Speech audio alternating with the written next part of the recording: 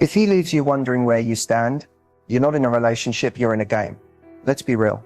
You're not here by accident. You're here because something feels off. 1 minute he's texting non-stop, blowing up your phone with sweet words. The next he's cold, distant, and you're left staring at your screen, questioning everything. Let me guess you've asked yourself, am I overthinking this? Is it just me? Should I give him the benefit of the doubt again? Let me stop you right there. If a guy is making you feel uncertain, anxious, or confused, more often than he's making you feel secure, valued, and seen, you're not crazy. He's playing games. And the worst part, they're not always obvious. Some guys don't ghost. They breadcrumb. They don't disappear. They dangle just enough attention to keep you hooked without ever giving you the real thing. But here's the good news. You're not powerless. In fact, the moment you recognize the game, you already start to win. In this video, I'm not just going to tell you what the red flags are. I'm going to show you how to flip the script. We're talking real strategies, clear signs, and power moves that put you back in the driver's seat. So if you're tired of the confusion, the mixed signals, and the mind games, it's time to level up. Grab your tea, sis. You're about to learn how to stop being played and start being unforgettable. Let's get into it. When a guy plays games, it's not always because he's evil or trying to hurt you, though. Let's be clear, that doesn't excuse his behavior. It's often deeper than that. It's psychological. A lot of men play games out of insecurity, fear, or a need for control. They crave validation, but they're terrified of vulnerability. So instead of being upfront about their feelings, they keep things murky. Why? Because if you're confused, you're easier to manage. If you're chasing him, he doesn't have to risk putting himself out there. For some guys, playing games is learned behavior. Maybe he got hurt before, or maybe he watched someone he looked up to manipulate women and thought, that's just how the game is played. Whatever the reason, it becomes a cycle. Act hot, pull back, reappear, repeat. It gives him a sense of power, like he's controlling the pace of the relationship without ever committing to it. And here's where it gets even more twisted. Some men genuinely enjoy the chase more than the connection. The minute you start showing consistency, they get bored. Not because you did anything wrong, but because they were never looking for depth in the first place. They wanted a boost to their ego, not a bond. These are the guys who flirt heavy, future fake, and then vanish the moment you start taking them seriously. There are also those who test your boundaries on purpose. They want to see how much you'll tolerate, how far they can push before you walk. And sadly, the more you excuse the behavior, the more they assume you'll keep accepting it. That's why understanding this game is so crucial, because once you see it clearly, it stops having power over you. Men who are emotionally mature don't need to play games. They value clarity, honesty, and connection. But the ones who haven't done the work, they'll keep cycling through women, leaving confusion behind like it's a signature move. So now that you know what's really going on behind those mixed signals, it's time to decide what you're going to do about it. Keep playing or level up. Let's talk signs next, because once you spot them, you'll never fall for the same tricks again. Let's talk about the signs, those little red flags that so many of us ignore because we want things to work out. But here's the truth. When a guy's not serious, he tells you. Not always with words, but through patterns, habits, and inconsistencies. So if you've been second guessing where you stand, here are 5 classic signs that he's not serious about you. And no, you're not imagining them. First, he's inconsistent. One day he's all over you, texting, calling, making plans, and then he disappears for days or acts cold. This hot and cold behavior isn't accidental. It's a control tactic, whether he realizes it or not. A man who's serious about you isn't going to risk losing you by being flaky. He's going to show up consistently. If you're constantly wondering what version of him you're going to get today, that's not romance, that's emotional roulette. Second, he avoids talking about the future. If the conversation ever shifts toward commitment, labels, or anything long-term, he either jokes about it, changes the subject, or says, let's just see where this goes. Now, there's nothing wrong with taking your time, but when someone truly values you, they're not afraid of defining the connection. Ambiguity benefits him, not you. Don't fall for the I'm just going with the flow line if the flow never leads anywhere. Third, his words don't match his actions.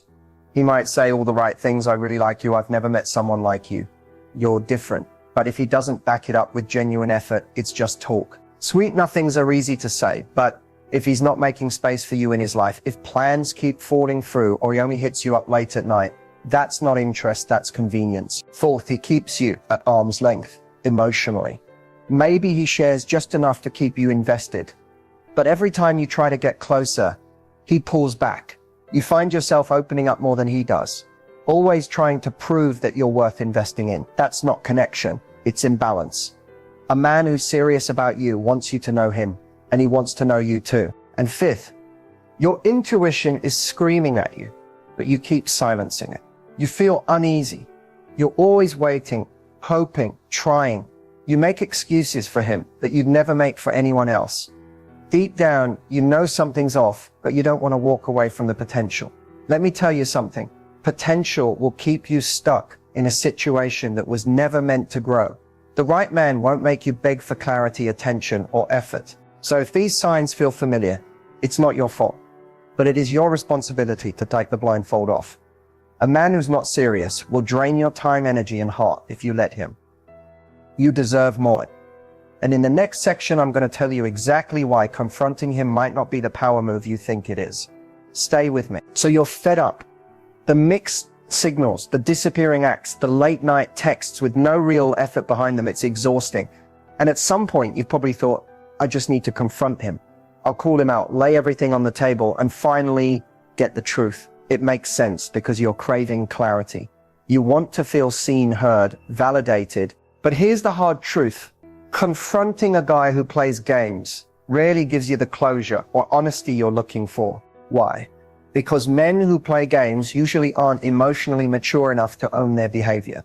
When you confront them, they'll often do one of three things: deny it, deflect it, or flip it back on you. You might hear things like, you're overthinking, it's not that deep, or the classic, you're being too emotional.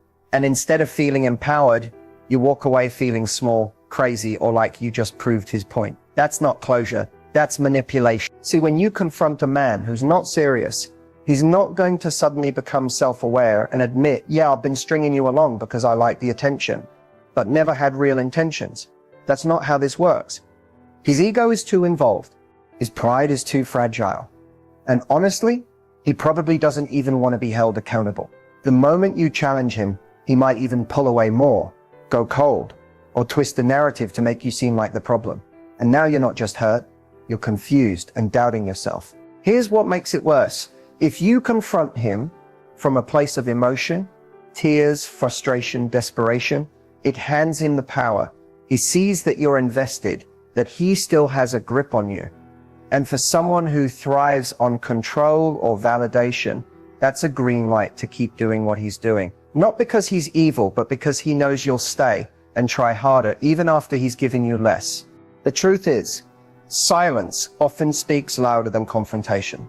Pulling back your energy, setting boundaries with your actions, not your words, that's what gets his attention. Not because it's a game, but because it shows self-respect. When you stop explaining your worth and start demonstrating it, you shift the power dynamic.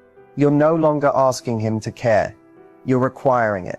And if he can't rise to that, he falls away. Look, there's nothing wrong with wanting honesty, wanting to understand, but confronting someone who isn't capable of giving you real answers is like yelling into a void. You pour your heart out and get emptiness in return. So instead of demanding clarity from someone who benefits from your confusion, give that clarity to yourself. You're not crazy. You're not too much. You're not wrong for wanting more.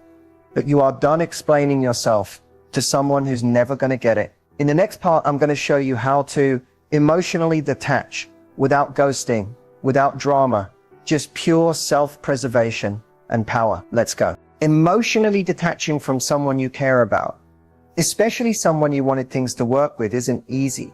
You're not made of stone. You don't just unfeel things because they're not good for you. But here's the thing, detaching doesn't mean cutting someone off cold. It doesn't mean ghosting, being petty, or pretending you never cared. Real detachment is quiet, powerful, and rooted in self-respect. So how do you do it without losing your dignity or your mind? It starts with shifting the focus back to you. When you've been wrapped up in someone who's emotionally unavailable or playing games, your energy naturally starts orbiting around them. You overanalyze every message, every silence, every action. Emotional detachment begins the moment you decide to stop making them the center of your emotional world. Then start building emotional distance by removing the fuel. That means stepping back from checking their social media. No late night scrolling through their stories. No decoding their tweets.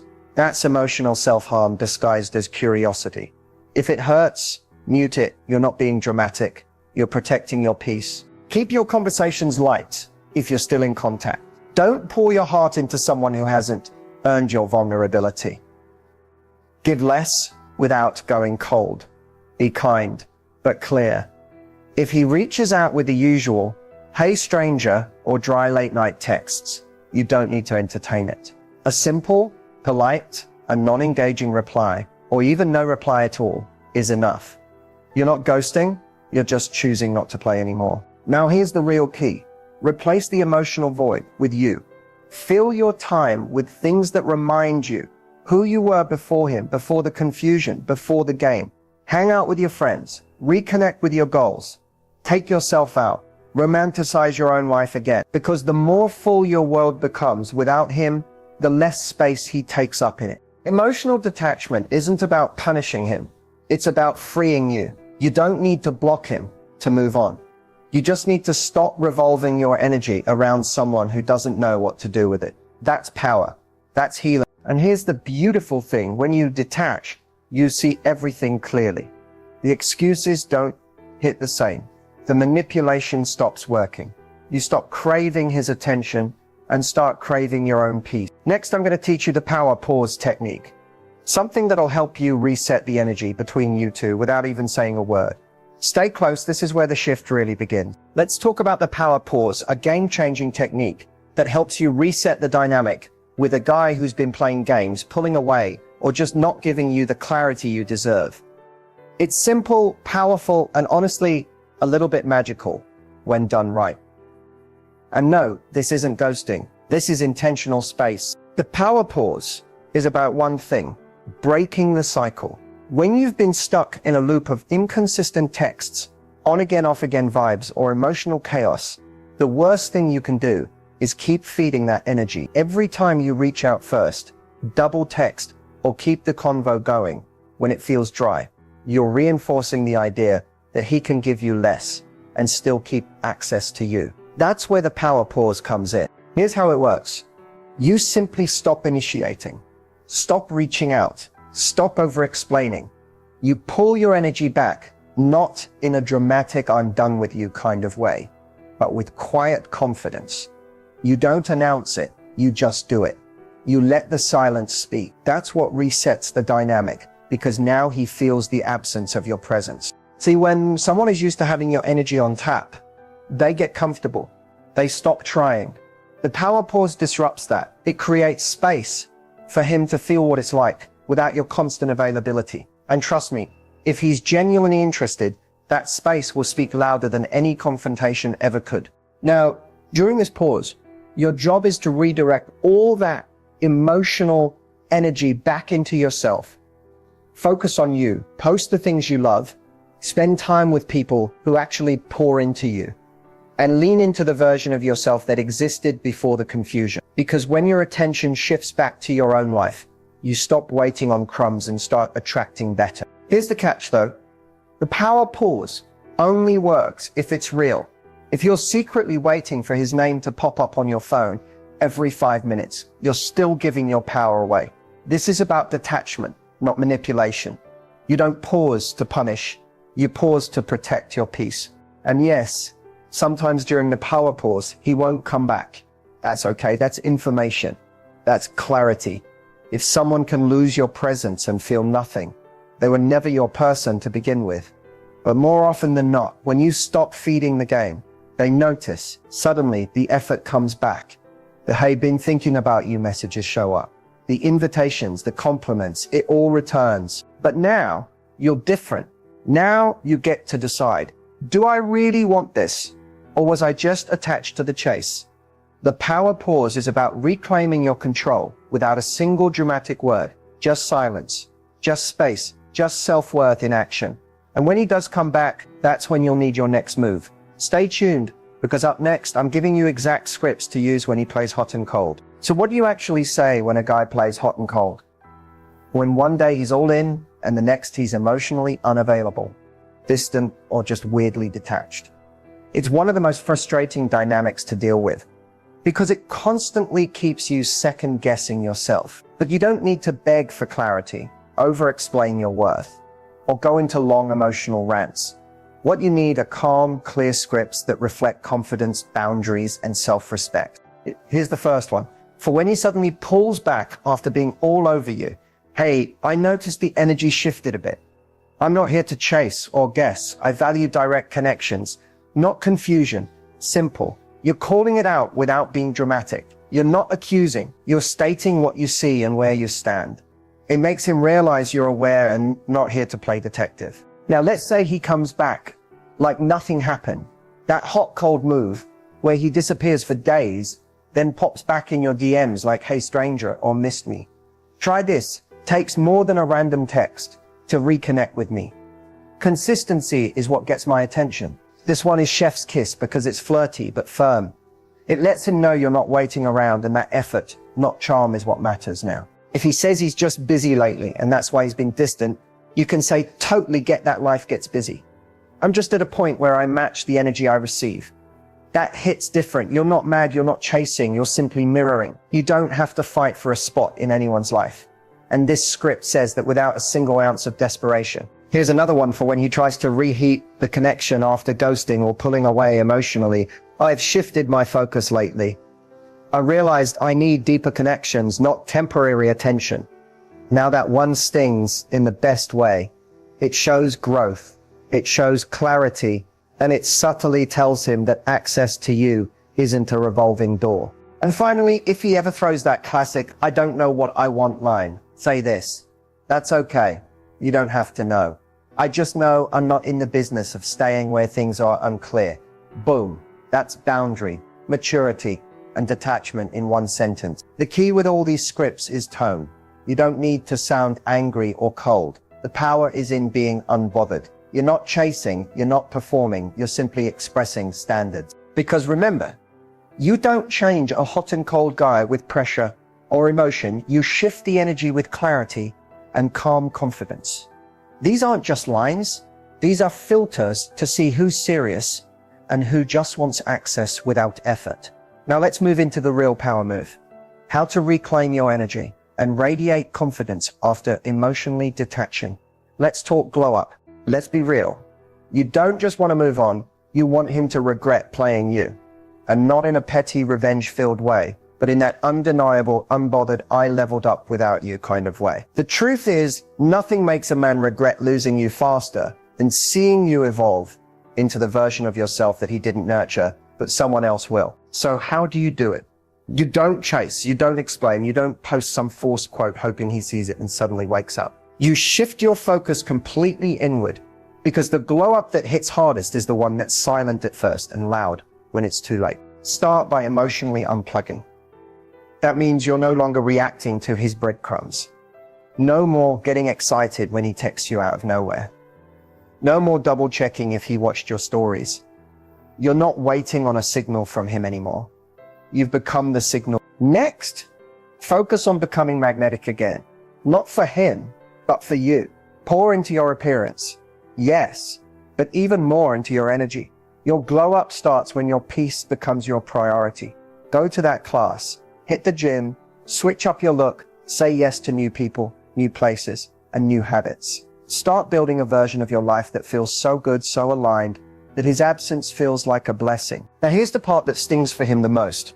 When you stop needing closure and start thriving, when he realizes you're no longer affected, no more passive-aggressive messages, no more trying to make him see anything, you've gone silent and soft-glowed into a higher frequency, that's when regret hits. Because now you've become a woman he can't just access when it's convenient, a woman he thought would always be there, and is. Men remember the woman who held it down and held it together, the one they played with thinking she'd wait. And when they circle back and realize you're no longer emotionally available, that you've elevated beyond their reach, that's the moment regret settles in. And let's be clear, you don't need to block him to prove a point. You just need to live in such a way that his presence or absence doesn't move you anymore. When he sees you out, glowing, laughing, building, surrounded by real energy, that's when the silent what if haunts him. Because he didn't just lose access to a woman. He lost access to a version of himself that only existed when he had you. So no, you don't have to get even, you just have to get elevated. That's how you make him regret playing you, by refusing to play small in the aftermath. Next, I'm giving you the exact mindset shifts to stay unbothered, even when he tries to come back. Because the real power is not reacting at all. There comes a moment when you stop asking if he'll change and start asking yourself why you're still hoping he will. That moment, it's when your heart begins to whisper what your mind has been trying to ignore. It's time to walk away for good. Knowing when to walk away isn't about a single dramatic event. Sometimes it's quiet. It's not the screaming match or the obvious betrayal. It's the slow, constant ache of being unseen. It's the conversations that never happen, the effort that never comes, and the tears you cry alone, hoping things will click for someone who just doesn't get it. You walk away when your peace is being traded for anxiety, when you're constantly on edge, wondering how he feels, what he's thinking, or why he's distant again. When love becomes a guessing game instead of a safe space, that's your sign. You walk away when your standards become negotiations. When you find yourself settling for the bare minimum because you're afraid of starting over, afraid of being alone, or afraid that maybe, just maybe, this is the best you'll get. But deep down, you know this isn't love. It's emotional survival. You walk away when you've communicated, when you've shown up, when you've given chances, and nothing changes. Because change requires willingness, not just words. A man who truly values you won't make you beg for consistency. He won't leave you confused. He'll make sure you know where you stand. And if you're not getting that, you're not asking for too much. You're just asking the wrong person. Walking away doesn't mean you didn't care. It means you cared enough about yourself to stop waiting for potential and start honoring reality. It means you're ready to stop romanticizing what could be and start choosing what is. And yes, it's going to hurt. You'll miss him. You'll replay the good moments. You'll wonder if you're doing the right thing. But I promise you, nothing is lonelier than staying with someone who makes you feel alone. That slow heartbreak, the kind that chips away at your self-worth over time, that's worse than any goodbye. So when do you walk away for good? You walk away when staying means losing you. Because one day, you're going to meet someone who doesn't play games, who doesn't make you question your worth, who shows up consistently, communicates clearly, and loves loudly. But to get there, you have to clear the space. And that starts by choosing yourself. No closure, no dramatic exit, just a quiet decision to stop shrinking, to fit someone who never saw your fullness. And that decision, that's where your healing begins. In this final part, I'm going to guide you through the mindset that keeps you strong after you walk away, so you never look back and regret choosing peace over potential. If you've made it this far, let me just say, I see you. I see your strength, your softness, your confusion, your hope. And I want you to know this, everything you just heard isn't about a guy. It's about you. It's about how deeply you're learning to honor your own heart, your own worth, and your own future. You were never asking for too much. You were just offering too much to someone who wasn't ready to receive it. And now you're choosing different. You're choosing you. That is powerful. That is beautiful. And that is the beginning of your next chapter. The truth is, you're not here to fix someone. You're not here to convince anyone to see your value. You're here to grow, to glow, to elevate. And the right person, he won't need to be taught how to treat you. You'll recognize your energy from the start, but until that person shows up, you get to pour all that love back into yourself. So what's next for you?